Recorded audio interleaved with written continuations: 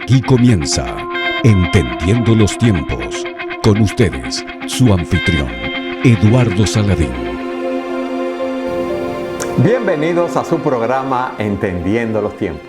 Damos gracias a Dios por el privilegio que nos concede de poder estar con ustedes en un nuevo programa. Y queremos recordarle que estamos en nuestra cuarta temporada y son muchos los temas que hemos tratado en estos años. Y queremos recomendarles que pueden suscribirse a nuestro canal, entrar a nuestra biblioteca y ver programas que dan respuestas a muchas de sus inquietudes. Para entender los tiempos necesitamos tener una mente renovada. Necesitamos tener una perspectiva bíblica del mundo y de la vida. Y ese es el tema que trataremos en este programa. Y estad siempre preparados para presentar defensa con mansedumbre y ser así entendidos de los tiempos. Y para tratarlo, ¿quién mejor que el pastor Miguel Núñez, quien escribió un libro sobre este tema? Miguel, bienvenido a tu programa Entendiendo los Tiempos. Gracias, Eduardo. Un placer, como siempre, poder compartir contigo y poder contribuir a edificar la población, algo que ustedes vienen haciendo a través de este programa ahora por un buen tiempo. De manera que, nada, gracias por la oportunidad de estar aquí. Miguel, tu libro a mí me ha gustado mucho. Hay algo que tú dices en la introducción: la manera que pensamos determina la manera como vivimos. Así es. Y tú haces una confesión que alguien te preguntó cuál es tu mayor frustración en el ministerio pastoral. Y es la dicotomía que existe entre lo que los cristianos profesan cuando están en la iglesia y la manera como viven el resto de la semana. ¿Tú nos puedes ampliar ese punto? Claro, gracias, Eduardo, de nuevo. Mira, yo creo que esa fue mi respuesta honesta a una pregunta que yo entendí que también había sido honesta.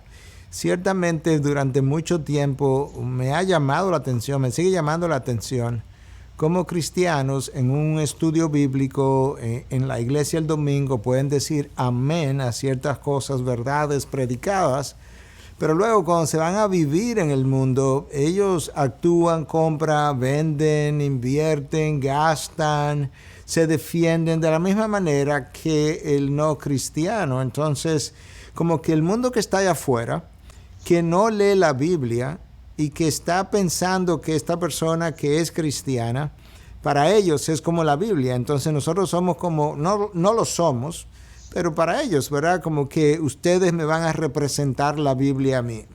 Entonces cuando me leen una cosa completamente distorsionada a la Biblia que ellos leen cuando están en la iglesia, cuando están en su casa, en sus tiempos devocionales. Entonces mi frustración es esa, no es solamente que no estás viviendo conforme a lo que profesas, tampoco estás recibiendo las mejores bendiciones de Dios, pero también está brindando una mala reputación a la fe que no nos hace bien como iglesia y mucho menos a lo que es la honra del nombre de Cristo. Está deshonrando su nombre. Entonces, el libro tiene que ver justamente con brindar respuestas a una serie de interrogantes que el mundo tiene para ver si esa mente comienza a pensar más bíblicamente y entonces luego a vivir más bíblicamente. Porque como comenzaste, todos nosotros, incluyendo la persona que habla, nosotros vivimos conforme a cómo pensamos. Antes de yo decir todo lo que he dicho ya, aunque sean milisegundos, yo tuve un pensamiento, porque yo no puedo decir algo que no ha sido procesado primero en el pensamiento. Entonces, al final del camino, la mente es el asiento de las emociones, de las decisiones, de mis ideas, de mis conclusiones, de mis preguntas. Y eso es lo que tenemos que transformar. Transformada la mente, transformada la vida. La Biblia dice, como el hombre piensa en su corazón, así es él. Y eso es como es. Como yo pienso, así soy yo. Y por eso escribí el libro y por eso creo que es bueno hablar de esto y seguirlo hablando continuamente. Me parece sumamente interesante, Miguel, y la parte donde tú dices que nosotros hemos acumulado mentiras en nuestras mentes que nos llevan a una forma de vida que no es muchas veces conforme a los principios bíblicos, y por eso debemos renovar nuestras mentes con la palabra de Dios. ¿Por qué? Porque tenemos ídolos en nuestros corazones, en nuestras mentes, que nos están gobernando, y debemos entonces renovar nuestras mentes para ver el mundo como Dios lo ve. Así es, definitivamente. Juan Calvino decía que el corazón humano es una máquina fabricadora de ídolos, y nos estaba incluyendo a todos ahí. Y él decía que cuando tú destruyes uno, inmediatamente el corazón comienza a fabricar otros. Y ese es el problema definido por el apóstol Pablo en Romanos. Ese es el problema de la humanidad. Pablo dice en Romanos 1:25 que cambiaron la verdad de Dios por la mentira. Y entonces al hacer eso, ¿qué cosa hicieron? Adoraron a la criatura, ahí está el ídolo, en vez de al Creador, que es bendito por los siglos de los siglos. Entonces, el problema fundamental del ser humano desde el jardín del Edén es el cambio de la verdad por la mentira. Y todos los ídolos que tenemos, y todos tenemos ídolos, literalmente hablando, quizá no lo queremos admitir, quizá no son ídolos más sofisticados, no es la estatua de bronce o de madera, pero son ídolos que están erigidos en el corazón. Y entonces ese ídolo tiene detrás una mentira, el que sea. Y esa mentira yo la compré y se la compré al mundo que me la vendió. Y eso ocurre, tú sabes, desde la A a la Z, cuando uno piensa que necesita, qué sé yo, un título para tener importancia, una posición para sentirse importante, una forma de vestir, una marca de carro, una serie de cosas. Todas esas cosas son mentiras que el mundo me vendió, porque mi sentido de identidad está en Cristo. Pero como esos 3 o 4 o 5 que yo mencioné, podemos hablar de cientos de esos ídolos, y cada vez que nosotros tenemos un ídolo, cometemos entonces el acto de idolatría y pecamos. Al final, si yo no tuviera absolutamente ningún ídolo y en mi mente y corazón no hubiera ninguna mentira, yo nunca pecara. Yo estuviera siempre obedeciendo a Dios, siempre pensando la verdad, pero no es así, lamentablemente. Entonces, ¿qué hago? Necesito renovar mi mente continuamente con la verdad de Dios, de manera que mientras más verdad de Dios me penetra, más mentira saca, y cuando la mentira vuelve y entra del mundo, tengo que volver a entrar verdad de Dios para que yo pueda ganar esa lucha y vivir más consistentemente con la revelación de Dios. En otras palabras, Miguel, yo debo ver el mundo como Dios lo ve, como Dios me enseña a través de su palabra. Tú dices en el libro que todos nosotros nos hacemos una serie de preguntas básicas. ¿De dónde vengo? ¿Para qué estoy aquí? ¿Qué es lo bueno? ¿Qué es lo malo? ¿Para dónde voy? ¿Quién soy? Entonces, o nosotros nos dejamos llevar por lo que el mundo nos dice para contestar esas preguntas, o la contestamos conforme a los principios de la palabra de Dios, de manera que nuestras mentes sean renovadas. Y algo que me llamó la atención, Miguel, en tu libro, es que tú dices que todo el mundo, de una forma u otra, cristiano o no, se hace esas preguntas. ¿Tú me puedes ampliar ese concepto? Sí, claro.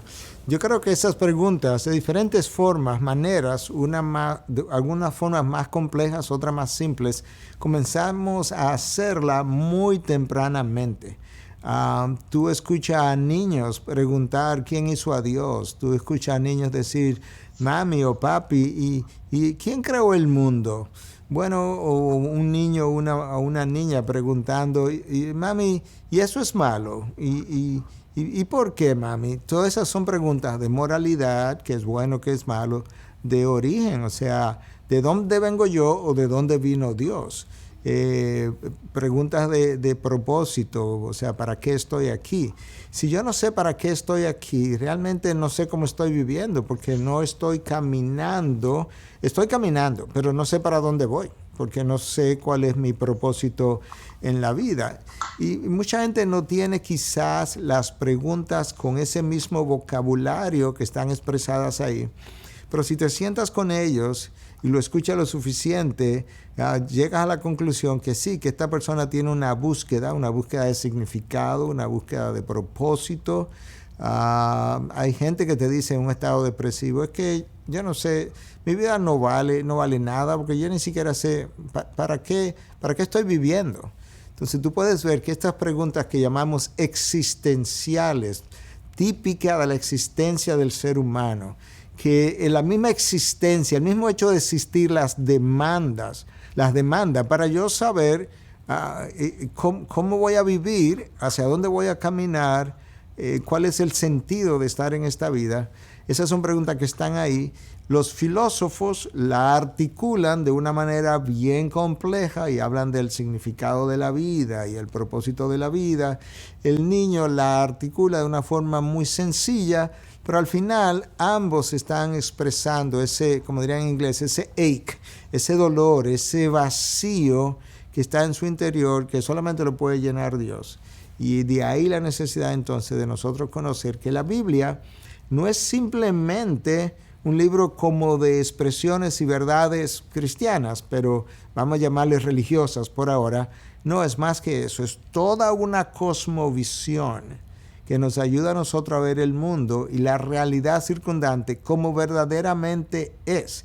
La única persona en el universo que verdaderamente mira todos los eventos como verdaderamente son es Dios, porque todos nosotros tenemos miradas en alguna forma un tanto o mucho distorsionada de la realidad, porque no somos Dios. Y ese lente para nosotros es la Biblia. Es como si yo pudiera ponerme la Biblia como unos lentes y andar con esa Biblia puesta de lente, y entonces yo comienzo a ver mejor lo que a mí me rodea.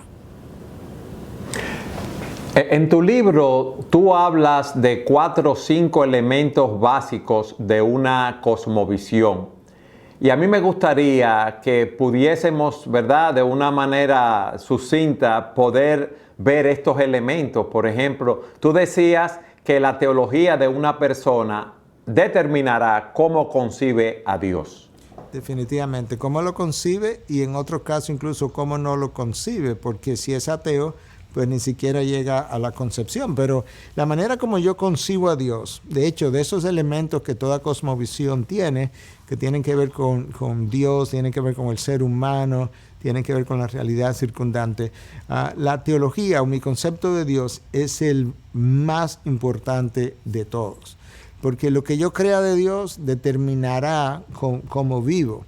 Si yo pienso en un Dios reverente, alto, sublime, santo, yo voy a tratar de vivir una vida moral. Obviamente sabemos que si confío en el moralismo, bueno, no voy a llegar tampoco, pero vamos a dejarlo en el concepto general primero. Si yo concibo a un Dios benevolente, permisivo, bueno, yo voy a vivir la vida, le voy a dar rienda cierta a mis placeres, y yo voy a pensar como este predicador del pasado que abandonó la fe, Rod Bell, que escribió un libro, Love Wins, el amor gana, el amor triunfa. Bueno, ¿triunfa sobre la justicia de Dios? No, porque Dios no es justicia a veces y amor a veces. Él es amor y justicia todo el tiempo. Entonces mi concepto de Dios, y en el caso nuestro, el concepto trino de Dios que proveyó un Salvador, obviamente me va a llevar a mí a vivir muy diferente al concepto unitario de ese Dios en el Islam o en el hinduismo, que piensa que nuestro Dios, como ellos piensan, es uno de 330 millones de divinidades. Entonces, ciertamente, el concepto de Dios es clave para cómo una persona va a vivir su vida. Sí, también tú planteas que debemos ver lo que una persona cree del ser humano, la antropología, que nos habla de los orígenes, las características del ser humano, si fue creado por Dios, si surgió como fruto del azar, de la evolución. ¿Qué tú nos dirías de esto? Bueno, mira, eso es tan vital, y ahora mismo yo creo que nosotros lo estamos viendo en la palestra pública y política de nuestro país, porque la razón por la que mucha gente está abrogando por el aborto es precisamente por eso que tú acabas de mencionar. ¿Cuál es el origen del ser humano? ¿Dónde comienza la vida? ¿Qué le da dignidad a la vida? Entonces, si tú verdaderamente crees que el ser humano fue creado por Dios a su imagen y semejanza, y crees que esa vida comienza en el momento de la concepción, yo no creo que tú verdaderamente lo crees, no simplemente que lo confiesas. Yo no creo que tú vas a manejar el aborto tan ligeramente como se está manejando ahora, porque vas a entender que la dignidad de la vida no depende de que si yo vengo con una malformación congénita o no. La dignidad de la vida le establece el hecho de que de alguna forma la imagen de Dios, aún distorsionada, está ahí. Y que yo necesito respetar eso en vez de violentarlo. Y mucho menos cuando se piensa en el aborto libre. Simplemente que no quiero que esto interrumpa mi vida, altere mi vida, mucho menos en ese caso. Entonces tú puedes ver que estos no son conceptos teológicos, filosóficos para discutirse en el aula de clase. No, se pasan leyes basadas en cómo yo concibo la vida y luego, lamentablemente, la población llega a creer que lo que es legal es moral. Pero eso nunca ha sido así y nunca lo va a ser. Hay muchas cosas legales que son inmorales delante de Dios. Y hay muchas cosas morales delante de Dios que tiene la ley en contra. Pero siguen siendo morales, y así como Dios la juzga. De manera que eso es un concepto vital también, cómo yo concibo al hombre. El ateo piensa que nosotros somos un conjunto de aminoácidos y de bases químicas y un grupo de células. Bueno, en ese caso no creo que haría ninguna diferencia si me como una gallina o mato a un ser humano, porque al final, como algunos postulan, nosotros somos solamente una especie un poco más elevada que un animal. Eso te das cuenta, esa es la razón por la que nosotros decimos que las cosmovisiones tienen que pasar la prueba de la experiencia. Porque cuando tú sometes eso que yo acabo de decir, que nosotros somos simplemente un animal más, entonces ¿por qué nos afanamos tanto con respetar leyes en contra y crear leyes en contra del homicidio, en contra del suicidio, en contra del abuso intrafamiliar? Todo eso debiéramos obviarlo si simplemente somos un animal. Pero no lo hacemos y al mismo tiempo nos llamamos animales. Sí, porque la prueba de la experiencia de tu cosmovisión no la pasó. En el cristianismo tú no puedes hacer eso porque el ser humano hay que respetarlo en todas las áreas, en todos los momentos, en todos los lugares, por la dignidad que tiene. La coherencia de una cosmovisión en todas las áreas es vital para darle valor a una cosmovisión. Bueno, y en tu libro eso queda bastante claro, Miguel, la visión que tiene una persona acerca de Dios, la visión que tiene una persona acerca del hombre, y hay otros elementos, cómo esa persona ve la realidad, cómo esa persona ve el mundo que le rodea y si cree que hay un mundo material o si también existe un plano espiritual. Pero en el próximo segmento yo quiero que tú continúes explicándonos este otro elemento. Siga con nosotros en su programa Entendiendo los Tiempos.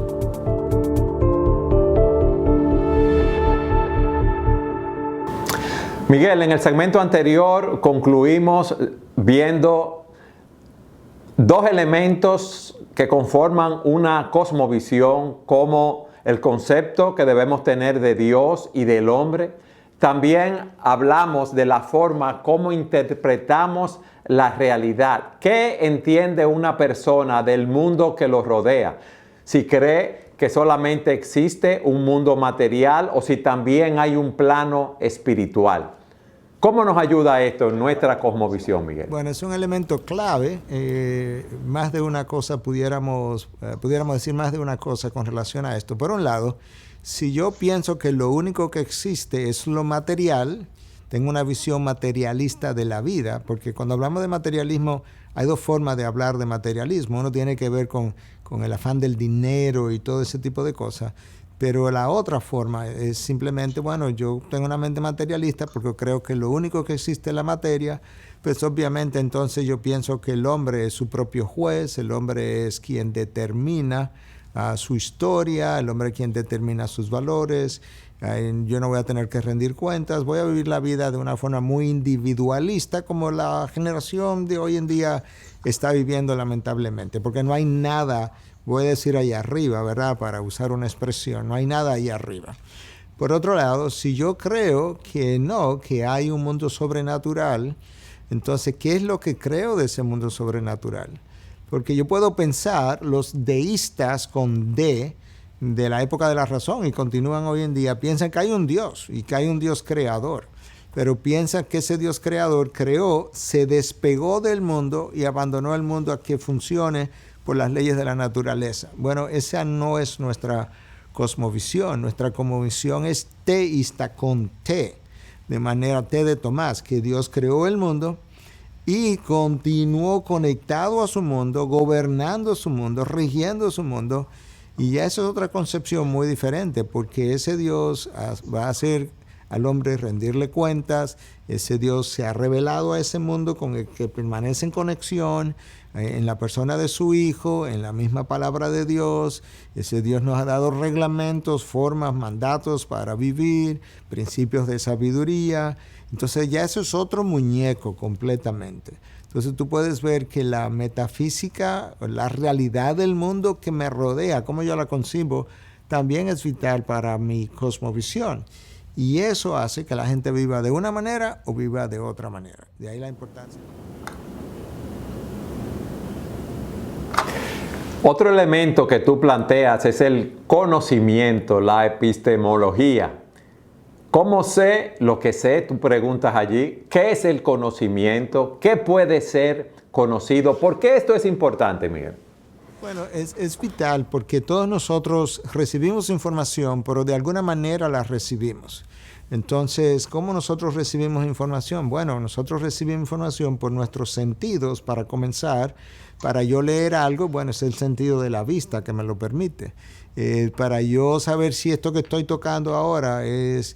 ¿Qué es? Bueno, tengo que tocarlo y concluyo, esto como que se siente como madera.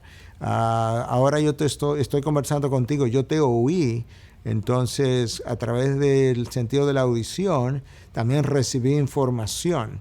Entonces, ¿cómo yo aprendo lo que aprendo? Es importante porque si te vas hacia atrás, por ejemplo, y te vas a un René Descartes, que hablaba mucho de que los sentidos, la información adquirida a través de los sentidos era completamente no confiable. Bueno, ahí hay un problema, porque este mismo programa tú y yo ni siquiera debiéramos hacerlo, porque si yo no puedo confiar absolutamente en nada, en la información que estoy recibiendo, entonces ¿para qué te voy a escuchar o para qué tú me vas a escuchar?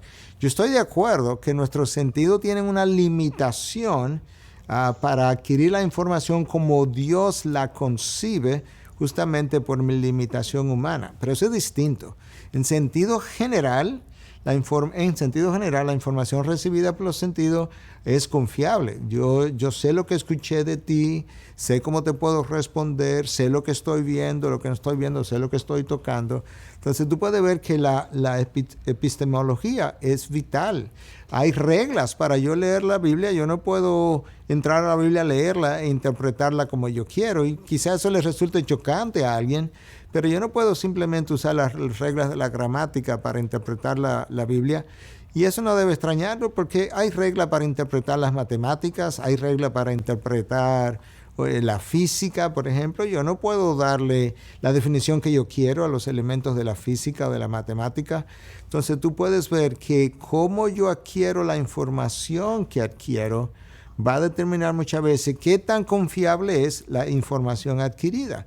Y mucha gente ha llegado en la Biblia, leyendo cosas de la Biblia, ha llegado a conclusiones completamente erradas y la han sacado de la Biblia. Sí, pero no aplicaron las leyes de interpretación de la Biblia y por tanto su información y cómo la adquirió no fue confiable. Entonces tú puedes ver que, de nuevo, esto es vital para una cosmovisión, vital. Para las personas que nos escuchan ahora, es muy bueno hacer un breve recuento que estos elementos de una cosmovisión de los cuales tú estás hablando nos ayudan a responder esas preguntas básicas que nos hacemos en nuestras vidas. Y todas las personas se hacen esa pregunta. Tenemos que tener un concepto claro acerca de Dios, un concepto claro acerca del hombre, un concepto claro acerca de la realidad, de la metafísica del mundo que nos rodea, de la fuente de nuestro conocimiento. Pero tú planteas en tu libro que también tenemos que estar claros con los valores. ¿Qué es bueno y qué es malo? Tenemos que definir esto de una manera clara. Porque yo digo lo siguiente, Miguel. En el mundo hay 6.000 o 7.000 millones de habitantes y cada cabeza es un mundo. Imagínate que cada quien quiera hacer las cosas como bien le pareciere, como era en el tiempo de los jueces. ¿Qué pasaría, Miguel? Claro, bueno, ese es el ámbito de la axiología, el estudio de los valores. Bueno, ¿qué es un valor? Un valor es algo que para mí tiene importancia y que tiene tanta importancia que no solamente ha impactado mi mente, sino que va a determinar cómo yo vivo. La pregunta entonces es, ¿quién determina el valor de la vida? Yo estuve hace unas semanas atrás, fui entrevistado en un programa X de radio y justamente sobre el aborto. Entonces me decían que algunos piensan que esto del aborto se reduce a un tema de dogmas, dogmas eclesiásticos. Y la persona me dijo, ¿realmente es así? Y yo le dije, no lo puedes reducir simplemente a dogmas, porque es más que eso. Yo tengo que preguntarme, si hay dogmas que pudieran existir, yo tengo que preguntarme, ¿quién dio esos dogmas? ¿De dónde provienen? Porque eso es lo que va a obligarme a mí o no obligarme a tener que someterme a ese principio, a ese valor. En este caso, cuando hablamos de aquellas cosas que están en la Biblia, en la revelación de Dios, la razón por la que ellas me rigen y en cierta manera me demandan que me sometan, no es simplemente porque hombres la escribieron, no. Es porque hay un Dios que se reveló al hombre. Ese Dios como creador es el determinante de las reglas de juego, por así decirlo. Es el determinante del marco de referencia de la vida. Y a lo que Él le da valor es lo que constituye un verdadero valor. Entonces eso hace que toda la humanidad sea colocada en un mismo plano en cuanto a qué es lo que se supone que valoremos. De lo contrario, todo lo demás se reduce a meras opiniones. Y las opiniones realmente tú las sostienes, yo las sostengo, y hoy la tengo y mañana no la tengo. Una convicción es algo que te sostiene a ti, pero esa convicción debiera estar arraigada en la revelación de Dios. Y entonces ahora yo tengo una raíz lo suficientemente profunda para sostenerme en medio de los embates, porque no simplemente representa mi opinión, y la opinión de los seres humanos representa la opinión de Dios. Y de ahí que los valores son fundamentales. Cada individuo tiene valores, ya sea que lo tenga escrito, identificados o no, pero los tiene.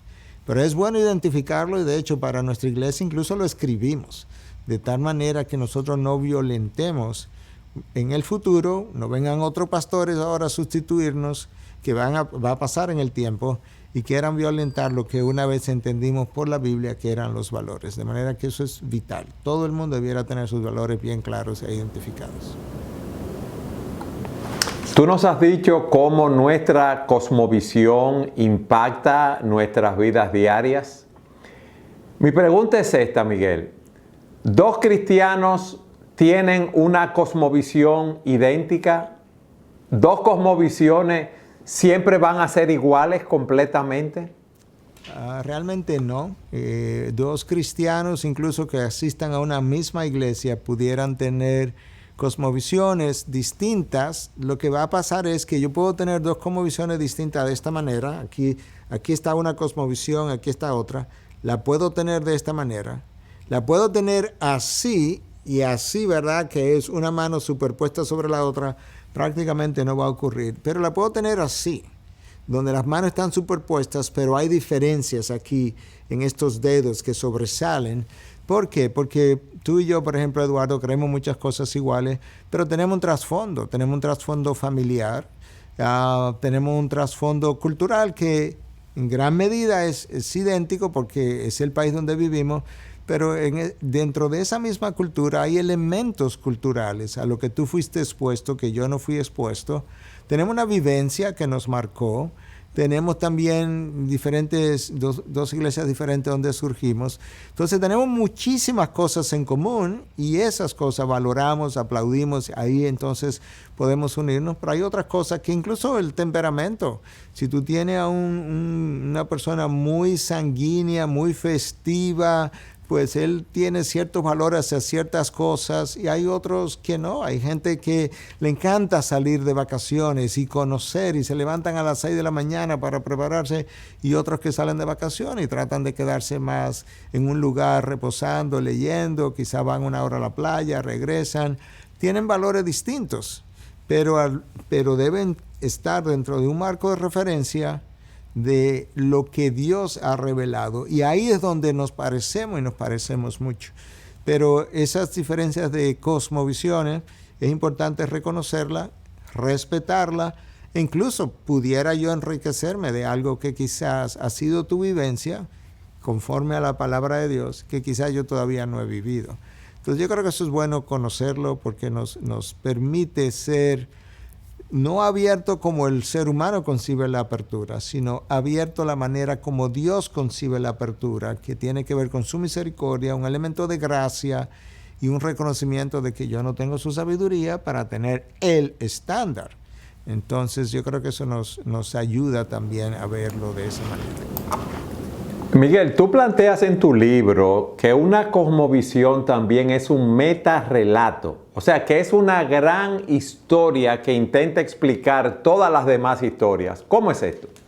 Bueno, yo creo que si tú miras las religiones, e incluso si miras el marxismo, que no es una religión, pero tiene elementos de religión, esos son metarrelatos. Un metarrelato es, vamos a quedarnos con la palabra relato, es una narración, un conjunto de verdades, de ideas, meta, porque es grande también, que tratan de explicar como las interrogantes de la vida.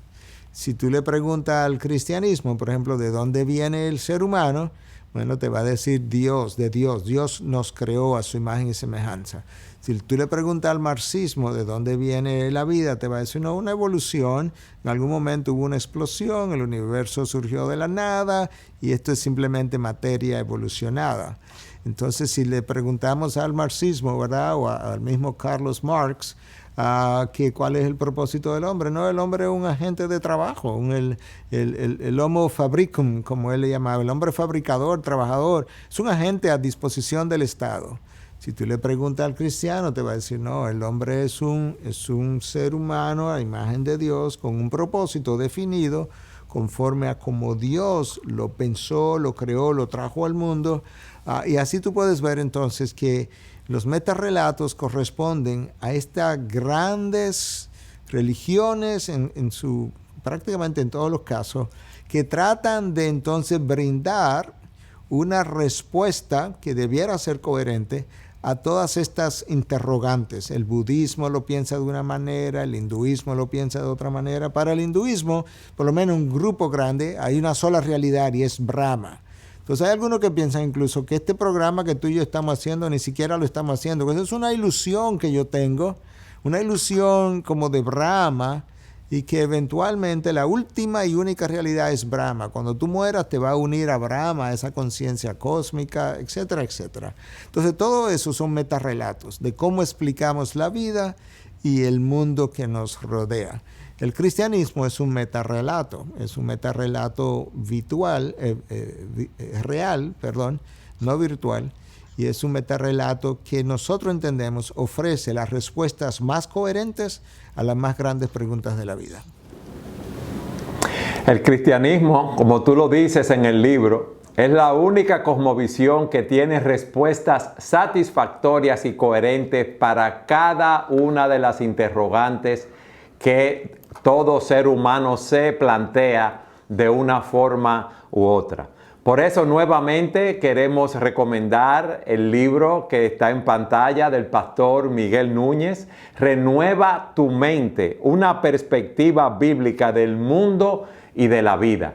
Miguel, yo quiero comprometerte para que sigamos tratando estos temas de este libro en programas subsiguientes, y yo sé que tú vas a estar con nosotros, pero no quiero dejar de agradecer tu disponibilidad para participar junto con nosotros siempre de este programa Entendiendo los Tiempos. Muchas gracias, mi hermano. No, gracias a ti. Un placer haber estado y compartido estos temas vitales para el ser humano y para el cristiano en particular, que necesita su mente renovada. Y voy a dejar una idea final, Eduardo, quizá como cierre. La mente necesita ser renovada, pero el corazón necesita ser reclamado. Y yo creo que eso es algo que quizás en un programa futuro pudiéramos hablar, porque el corazón lamentablemente ha sido robado por muchos de nuestros ídolos, y eso necesita ser reclamado si vamos a honrar a Dios adecuadamente. Ten por seguro que lo trataremos en otro programa. Gracias nuevamente, Miguel, y gracias a todos ustedes por habernos acompañado en su programa Entendiendo los Tiempos.